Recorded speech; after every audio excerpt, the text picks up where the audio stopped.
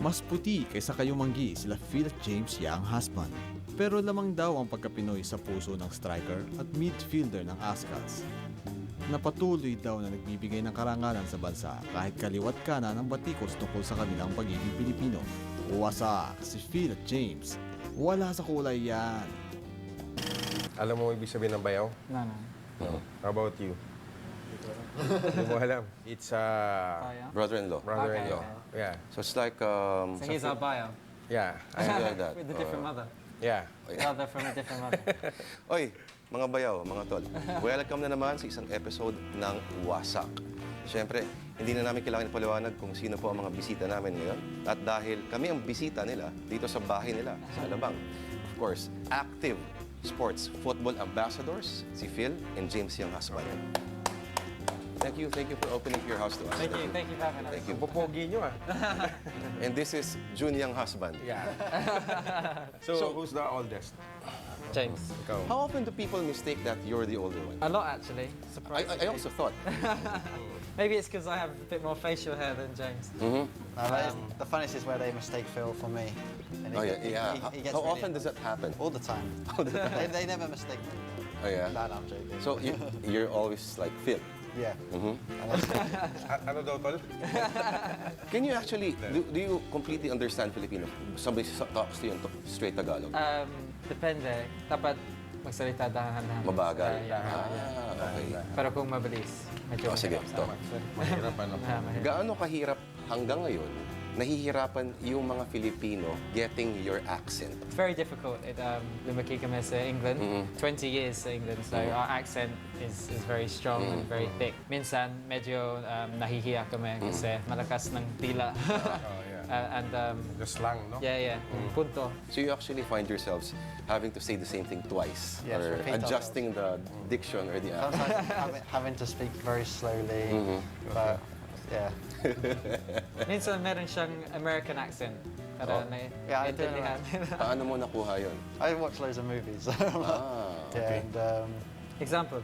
example, like whenever I say for like too big or water, I say water. And the waitresses, they understand me. Water. Like, if I say water or too big, they don't understand me. If I say water, they're like, oh, okay. Okay. Water.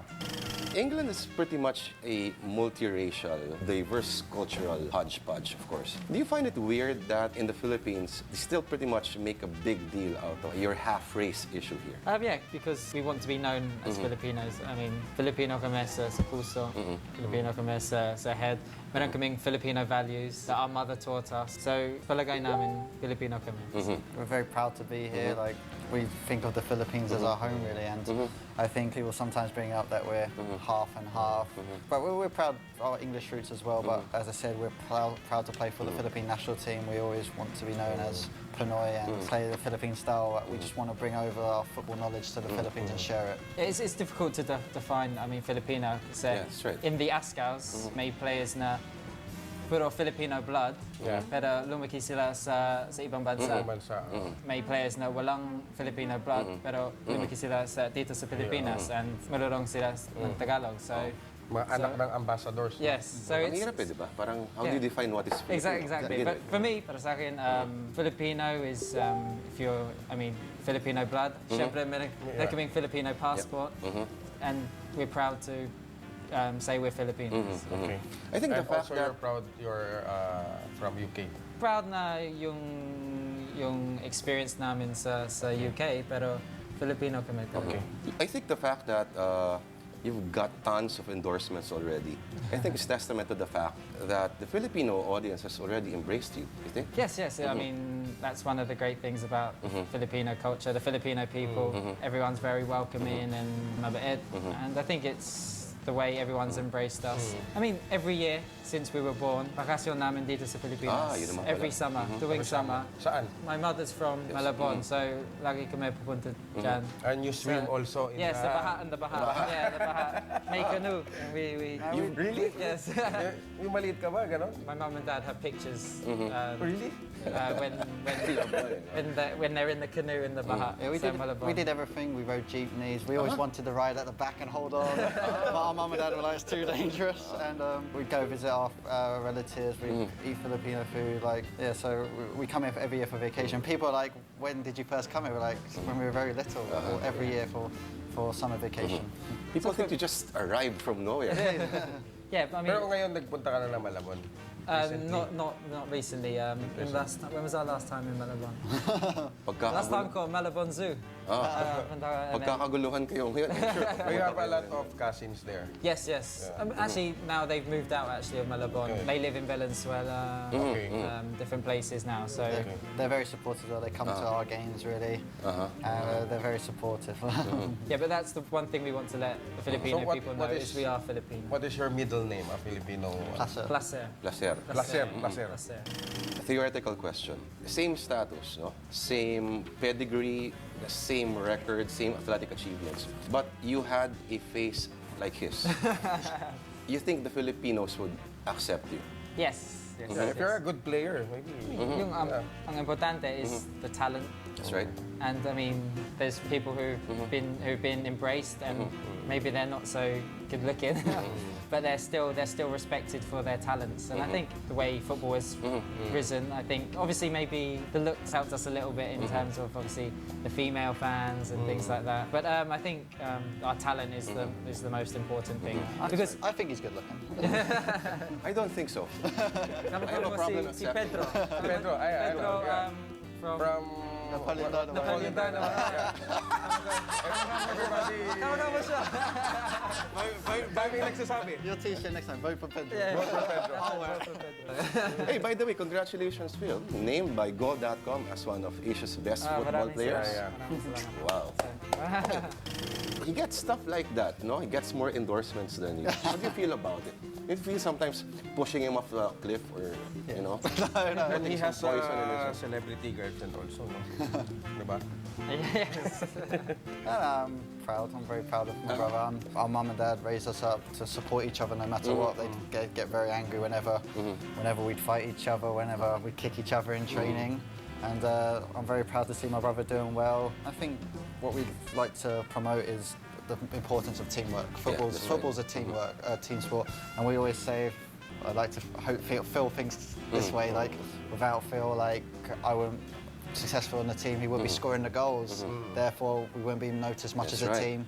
And Phil, if I wasn't there to supply the service to him, would he get the goals? But it's all about teamwork here. I think that's Like, what we striker is nothing without the midfielder. Exactly, yeah. And- And you need a good defense, good goal play. That's what about building football. And motivate namin ang bawat isa. So, kung mas magtatagumpay siya, mas motivated ako. Kung mas magtatagumpay ako, mas motivated So siya. you're Mas very, matanda ka eh, di ba? so you're very close. Yes, we are. Yeah, we're 11 months. You share the same brief. No. Sobra ka naman, Jun. Ginagawa mo ba sa kapatid mo yun? But yeah, I mean, if you look at most of my goals, James is the one who's feeding me. Obviously, I'm on the end of them, so I get the headlines, but Okay. James is 80% the reason I score the goals.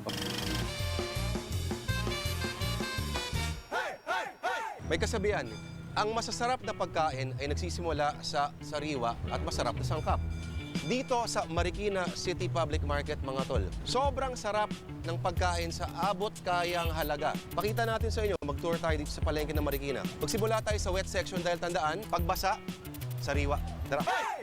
People are giving a lot of significance to the fact that you're gonna be absent in the August training camp and you're here doing a promotional. At the end of the day, we've been trying to promote football for a long, long time.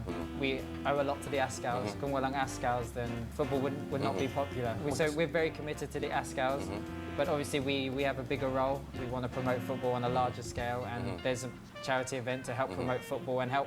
And fight dandruff. Yes, we had a commitment with this with Toloisa Don Bosco and Clear before the schedule of the Ascals was released. We owe a lot because Clear have been very supportive of football with the national team, with local football and the growth of football in general. But I mean, we'll be there for the camps, the later camps as well. I mean, walang sweldo sa Ascals, so yung trabaho namin talaga Alam mo, promoting let's make football. that clear, no? Akala yata nila you get billions and billions Walang sweldo. pesos for Walang playing in the sweldo. Ascals. Bonus lang kung successful kami sa tournament. Even gas? No. Allowance namin like 500 pesos. Depends how far we Yeah, depende. gonna dami ng play. endorsements, hindi na kailangan. Joke lang. But no, we love playing for our country. We love the build up to the game, the anticipation before a game, the support from the fans. And yes, we play for just allowance, but we're really proud to play for the Philippine national team. And when it comes to the big games, we really want to be involved and involved in the camps. Mahirap kasi dati, when football was not popular, iba yung schedules. So, bago nung tournament, siguro 6 weeks training camp. Ngayon, may training camp tuwing buwan. So mas mahirap mag-schedule ngayon kasi dati. So that's the difficult thing we're finding at the moment. Kasi syempre, kailangan magtrabaho. Because football's new here, developing-wise, I think we're all still learning how to balance everything out. Like, of course, you want to do the international tournaments, but you've also got to remember you've got to develop football locally as well. Tama. Okay, let's talk about yung developing the idea of promoting sport, no? Not even one decent pitch here in the Philippines, you know? How appalled were you with the state of Philippine football when you arrived? Well, not as kids, but A good example was our first training session here. It was at Ultra. The field was so bad, I was like cursing and picking up a brick. And There's a battle also. Yeah, glass. It was very frustrating and took time to get used to it. And now, growing up, I've gotten used to the field. The stones. The stones, the bricks. Thank God you're not a goalie. The twisted ankles. Yeah. As I said, we're still learning. It's taking time for. We've heard there's lots of new plans for developing. So we're slowly getting there. Nails. You left England, which is the center of football. The Brazilians would probably argue. But you know, how difficult was it? It's like jumping into the dark, you know, what you did. I think that's the challenge. We like the challenge, and who would have known after 3 years ago that how football would be now? That's right. And I think that's the great thing. We've always seen room for improvement, ways we can influence football here. Obviously, football's established now in England, and it's very popular. But now here's a challenge, and in the country we love our home. And we wanted to be with our family here in the Philippines and still be in football. So. Filipinos, I think, have a hard time grasping the idea of football as they think it's a slow game in terms of scoring. How are we slowly changing that? So football, kung may goal, then it's a big thing. Yes. I mean, in basketball, if you score a basket, yay, okay, back on defense. Pero so football, kung makagol, then you celebrate, you cheer. It's a couple minutes For of only one goal, no? Yeah, for only one goal, it's a big thing. I think the idea of patience versus the short attention span that I think the game of basketball has more or less spoiled the Filipino viewer. Not to knock down basketball. Go basketball! Also, depende sa exposure. Kasi dati walang exposure sa football yan dito, nga. pero lagi may exposure sa basketball. And now there's more exposure for football. I mean, no matter where you are, no matter what country, I mean, you go to Canada, it's ice hockey. That's right. just because you're exposed to That's it and right. you grew up That's there. right. Go to Philippines, it's basketball because you're exposed to it. England, football. So it depends what you're exposed to. I always say people are talking about a TV show, and you say, nah, I don't like that TV show, but you've never watched it, and then you watch it, And then you're like, yes, this is really good. This is really good, and then you're talking with your friends about the TV episode, and I think that is the same with football. If you're exposed to something, you'll get into it, which is why we think we really want to promote the sport locally. Because in order to like something, you have to play it. Like you enjoy stuff you've played, you've experienced yourself. For example, like in school, we're exposed to football all the time. That's why we're into football. So it's important to get these kids more into football by creating opportunity for them. I think ang importante is the mga bata. Because sila ang future ng Pilipinas, sila ang future ng Philippine football. Yeah, I like to think of a football game like war, really, because you don't see it on TV, but if you look closely and understand it more, it's like tactics, like war tactics. Like chess, no? Yeah, like chess. Like That's right. every little move matters. Like players, the way they're assembled to defend, and if they're going to go all out and score. But stuff like you that. admire the certain techniques, like It's like art. it's how Sa field, sino it's mas so. init ulo? Of course, you do. Si James. Yeah. James mas Field. init ang In the Oo, mas mainit din ang ulo nito. Nangaaway na referee nito eh. Yeah, lagi. Bakit siya tinawag na the beautiful game? Football ang sport for all. It was recognized as the universal sport. Universal Kasi it sport. brings people together. Yeah. It's a sport for the mass. Sa football, kailangan 22 players. I mean, sa basketball, 5-5, di ba? Tapos, it's the most accessible sport. Kailangan lang ng bola, kailangan post. So, we can make posts by taking our tops off and you can play. but obviously in other sports you need other equipment. Right? Ito, bola lang at trash can, pwede na, Yeah, di ba? Or kahit yung guhit lang. Also, so obviously, pwede maglalaro sa different places, the beach. You can't play basketball on the beach because walang bounce, diba? You can play on the street, on grass, anywhere you can play football. Do you think football in the Philippines would be more effective if we actually develop hooligans? No? Di ba maganda yan, di ba? Because they're the ones probably enlivening the sport, you know? Like hooligans like him. And riots. Riots, no? He runs around topless, yeah. Like, why even show? Yeah, and set seats on fire. Yeah, knock down stadiums. I think you can still develop football without building hooligans. Just make basta they're passionate. Yes. fans, yeah. That's the secret. Hindi kailangan na hooligans. They can't cross that line. Manununog ng kotse. No, we had something like that, but though not in the hooligan level. Before basketball in the 80s, not as passionate as football in England. I think also kailangan provincial rivalry, Yeah. town rivalry, city rivalry, because obviously the sports in the Philippines, because it's sponsored, it's funded by companies, it's difficult to, if you're from a certain place, to relate to the It's good team. also there's an active TV. No? Yeah, yes, free TV, the Yes. best way. Let us reiterate Yeah. the active football ambassadors, Yes, so- AKP So, football. so maraming salamat sa Yeah, no? sa- Hey, congrats, global. Sorry lang. Okay. Next season. Maganda ngayon ang provincial, no? Yeah, yes. Maganda po, yeah. Oh, maglalaro Manila sila for versus Malabon. Cebu or Cebu laban sa Negros, Iloilo. Iloilo. Pero what is it about football that inspires such passion among the hooligans as opposed to other sports? I think because there's something on the line. I mean, obviously, well, with the hooligans, obviously it's town versus town, city versus it's Manchester versus Chelsea. If you're from the Chelsea Maybe we area. should propose that to active, no? Apply for hooligans. I think because you're so passionate about right. your town. It's There's a important lot- your town there's a beats lot of the other pride, town. isn't it? It's like Springfield against there was another town in Simpsons. There was Springfield and there was another town, but they started fighting each other. Like, you look at American football in the States, like towns, like the American football, and there's a big rivalry between them because that's what they really believe. It's like football's a religion, and Yes. people have their beliefs and they really care about the sport. When I was a little boy, we have this legendary football team in our town. The barefoot football players. What was their name? The Don Bosco. Oh, Don Bosco, Don Yeah. Bosco. They're Barefooted. Barefooted. Then natalo nila yung Ateneo. Okay. I think Oh, yeah, there's they lost. Based on the stories here, what was it about the Negros Island that developed so many football I think, players? well, the story we hear is the influence of the Spanish Spanish, priests, schools, dun sa Negros, Occidental. because there are a lot of haciendas also. That's why. And also there's a lot of land. You know, you can build here and that, puro condominiums. Yes. So, Football and Yeah. baseball there, yeah, exactly. So if you have a lot of field, Football fields are a good investment, isn't it? Yeah. so They're in demand. so it's difficult to find a place to play in Manila because, as you said before, facilities.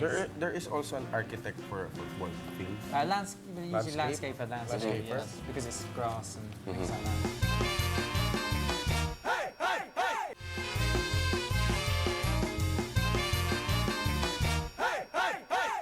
You move around the city, no? In what ways is it manifest that you've actually succeeded in promoting football, at least to a significant degree? I don't think there's ever a point you can say football's reached where it should be. You're always trying to find ways to grow the sport. I mean, no matter where you are, as I said, you can never say it's reached its peak. It will never grow. But with Job done. yeah. So there's always challenges ahead to find out. I think probably the gauge is win the World Cup, win the. Slowly. Yeah. Slowly.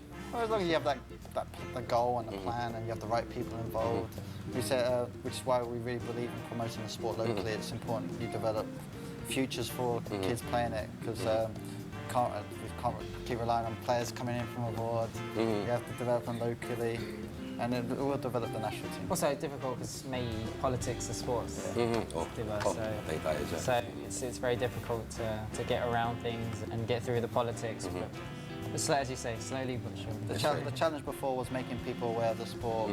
Now that people are aware, I think the challenge now is sustaining it and making it more long-term and sharing it. There's this place in Quezon City. It's called the Quezon City Memorial Circle. Quezon Circle? Yeah. Okay. The metaphor for that is that where there used to be a baseball court, a basketball court. Now it's a football pitch. Oh, is it? Just a half pitch, Okay. but still football. And the same guys Grass, used to yeah? semi-grass. Carabao grass. It's may park, diba? Theme park. Yeah. Mm. May Is there any rides. circle? Quezon Circle. Circle. Circle? There's a basketball court there. Used to be parang mga half-naked young boys playing there. Now, you're playing football. Oh, Sabi good. ko, ito na yun. Ito na yun. It's always great when we see someone on the streets playing football Mm-hmm. and things like that. But obviously it's difficult as well because when you kick the ball on the road, it's dangerous. And it's difficult to coordinate with your feet, so often people use their hands because it's easier to catch a ball and coordinate on the street. May magandang field ba tayo dito? Rizal, probably yung pinakamaganda dito sa Pilipinas. But us growing up, we did most of our training on the streets, really. Like, break pipes, we'd break our garage, we'd break windows next door. And we had like a little small garden, but we had a big goal, and that would help practice us, really. And kaya that's why napapasalamat kami sa Active because now kids can watch TV and they see local football or the national team and then they go on the streets and start practicing. Alam na nila yung That's right. rules. And they know how... Yes, exactly, they understand. They understand the rules. And then of- preschools, I think also because of that consciousness. You see, before they used to have little basketball jerseys. Now they have socks up to here. It's much cuter, the socks. Right. I think now yung goal is may grassroots programs sa public schools.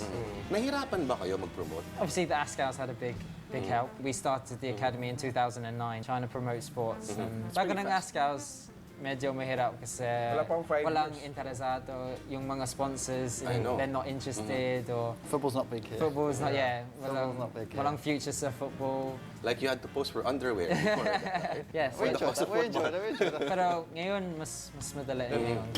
You do know how to play basketball. Yeah. Yeah, we played in high school. I was a centre. Kasi yung height nyo, it's pang basketball na rin.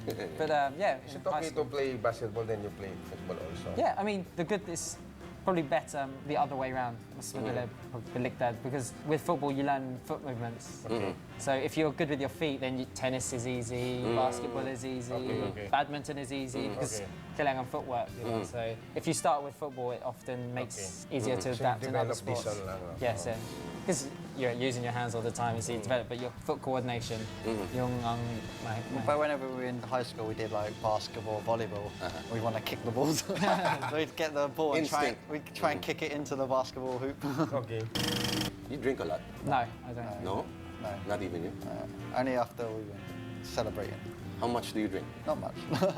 Konti lang. Konti lang. Because we want to maintain it being good condition for our That's games, really. Like if it's games nearby, we won't drink at all. But How about chicks? us feel Yeah, like that's that. he's spoken for. Okay na yan. I'm in love. So. Sometimes somebody approaches you with a camera and a microphone. You don't know whether he's gonna ask you about showbiz thing or football. Yeah. I know 80% of the time it's showbiz. Yeah, but I mean, I have nothing to hide, and I'm happy to let people know what's going on. So often it's the same question, but I'm always happy to let people know what they want to know. As long as there's that balance. Football question, then showbiz. Yeah, usually that's yung ganun sa interviews ko. If you want to know about showbiz, then ask about football first. Then Insidious. showbiz, no?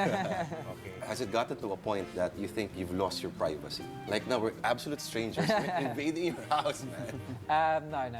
There's always ways to find privacy.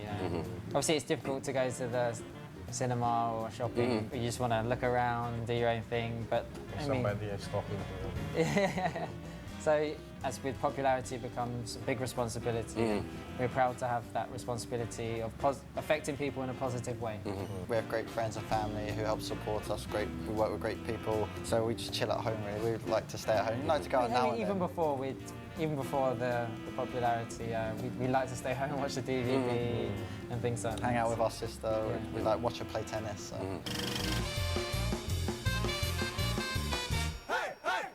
Dito sa Marikina, yung palengke rito, sobrang linis. Wala kang makikita kahit isang langaw. Masarap yung kutsintahan nila, oh. Ayan, oh. Magkano tong ganito kalaki? 20. Tara, lipat tayo doon sa hindi masungit. Dito naman, kita mo, talagang parang rainbow siya ng mga kakanin. Ang tawag dito, everlasting. Bakit siya tinawag na everlasting? Hindi nabubulok. Ang ganda ng kulay, oh. Tandaan, una tayo kumakain sa mata, mga tol, ha? Sarap tingnan, no? Kung mahilig ka sa kakanin, dito ka pumunta. Kagutom. Ma'am, ano po masarap na kakanin dito para sa inyo? Ito po. Ano yan? Kasaba. Kasama. Ano pong specialty niyo dito, ma'am? Kasaba cake. Ito ang tawag dito. Puto binyana yun, puto binyana, no? Ang daming itlog na maalat. Kasi, di ba, binabalanse mo yung tamis doon sa alat. Champion yan. Magkano isang buong ganito? 350 isang buo. Ano pinakamahal dyan? Yung pinipig. Ayun. Ito naman yung sinasabi natin. Ito yung pinagmamalaki ng palengke ito. Lahat ng ulam halos. Tirahin mo yan, no? Merong kare-kare, may dinuguan, pusit, may giniling, may fried chicken. Tapos meron sila mga set meals yan. May merienda pares sila. Pares yan. Ibig sabihin, may halo-halo at mamili ka. Gusto mo ng bihon, kanton, mami, malawan, palabok, spaghetti, lumpiang sariwa. Sa halagang 25 pesos. Tol, sabi mo sa akin, saan ka makakahanap ng 25 pesos sa dalawang ganyan, kumpleto merienda mo sa mall? Wala.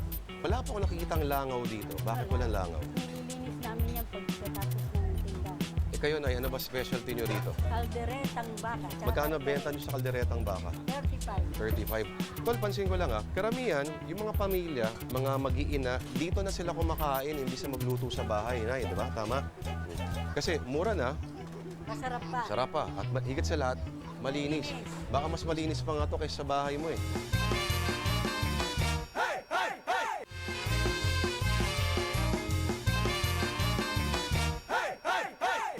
When was the last time you guys actually fought as adults? On the pitch. Probably the Visit- condo, James, Mandaluyong. Yes. Where? Phil hit me with a tennis racket. Oh, that was in Germany. Oh, that was a German. He actually hit me in the back. Maybe 3 years ago. 2 years ago, sorry. Yeah, I think a fan got broken. 2 years ago was the last And the table was broken. And then It's argument, like the movies. argument, yeah, probably Singapore. Singapore. Why? On the Why, pitch? James? On the pitch? I didn't pass him the ball, he got angry at me. I didn't get. Because I tried to play the through No, we're ball. arguing right now. Being honest, it was very hot and very That's conditions, and we were quite tired from the travelling. And we're okay once we won. But it's just, we always want Very passionate. very passionate. We want to be perfectionists. We always want things to go our way. So, but we're still learning. Ang hirap ng ginagawa nila, Jun. Kasi they play for 2 hours.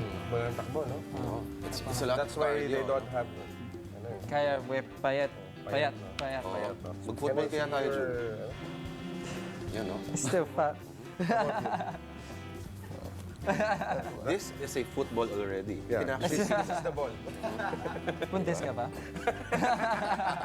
What do you guys eat? You eat a lot of rice. Because we're always running. I feel I can relax. And 6 extra rice. So pagkatapos ng game, carbo load. I eat lots of carbs, pasta, pizza, chicken. Ilang rice? Isang cup lang. Hindi kaya 2 cups. Hindi ko kaya 2 cups. Phil, siya Depende kasi, sa ulam. siya kasi, hindi na nga gumagalaw, nakakalimang kanin siya.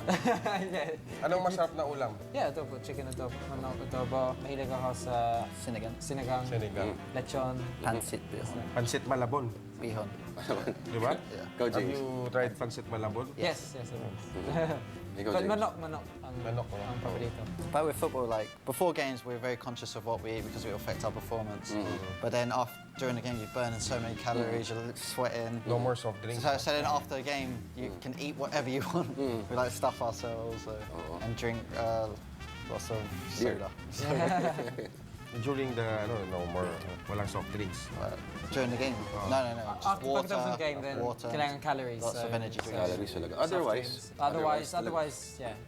Kung off season, then relax, and then rice, kind of. Well, it really affects your performance. Like you feel tired if you don't eat well. Yeah, and you feel heavy. what can you advise to Jun sa Bayton? Exercise. Exercise, no? To hang out with us more. Yeah. Oo. And playing football again, no? Lots of Kenny Rogers. I'm sure marami. Pag nag-hangout ka sa kanila. Sa Yes. dugout, Oo. maraming. We'll ask Napoleon Dynamite. Stinky yung dugout sa ano, di ba? Sa Rizal. Sa Rizal. That's why, no? It's very stinky, no? Aha. I think No, they- hindi na. Hindi na malinis na. Hindi na. What's this, Rizal? Rizal, yeah. Okay naman. How do you deal with stalkers? Online? I don't have store. I have people I see a lot regularly, like who I like to chat to, they're very supportive. Like, especially they come to all the games, and it's great to see them. Chat to them on Twitter as well. What happened to your eyes? I saw your tweet. Yeah, it's may about sunblock in your eye. Why? Nung Friday sa shooting ng FYI sa Active, nag-sunblock ako. Tapos it ran into my eye and then Okay. I was rubbing it. And so You have a beautiful eyes, no? Oh, maraming salamat po. June! Beautiful eyes. That's why you're blinking. June, may girlfriend na yan, pare. Yeah, I know. Si James na lang. Dito na ako. How many more years do you think for Philippine football to reach your intended level? Decades. Decades, paano? It's a long process. I mean, for other countries to get where they have, they've invested billions of dollars, taken decades, tens of years. They're only just seeing the benefits now. So it will take time. As basketball took time to develop here in the Philippines, and hopefully football will develop. If it carries on progressing the way it has in the last 3 years, then we can be there quite quickly. Ilang taon pwede magsimula yung bata? Depende if you can walk. Usually 2 years old, 3. Yeah, 2, 3, 4, yeah, around that age. Nagsimula kami, yung first kick namin 3 years 3 old. or 4, yeah. Yeah. But kids develop. Some are faster, some are stronger. But then it's important to just play as much as they Yeah, can. nung bata kami, B team kami. Yeah, we weren't the strongest when we were B younger. team. We were in the B team, and then slowly we developed faster in our teenage years, more than the others. Yeah, So we got started- further than the players who were above us before. No, you're the 18. No, but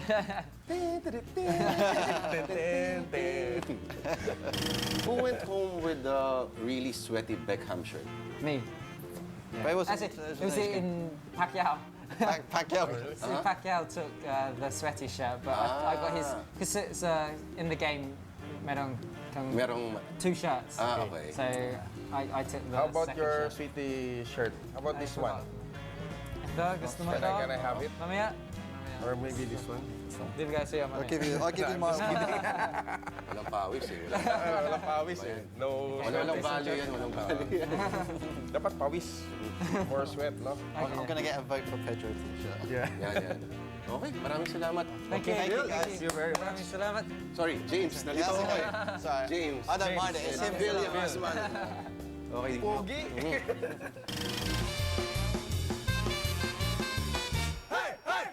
Kita mo naman ha, tol, yung mga nagsaserve, mga naka-hairnet. Anong ibig sabihin yan? Nag-o-observe talaga sila ng hygienic na mga standard.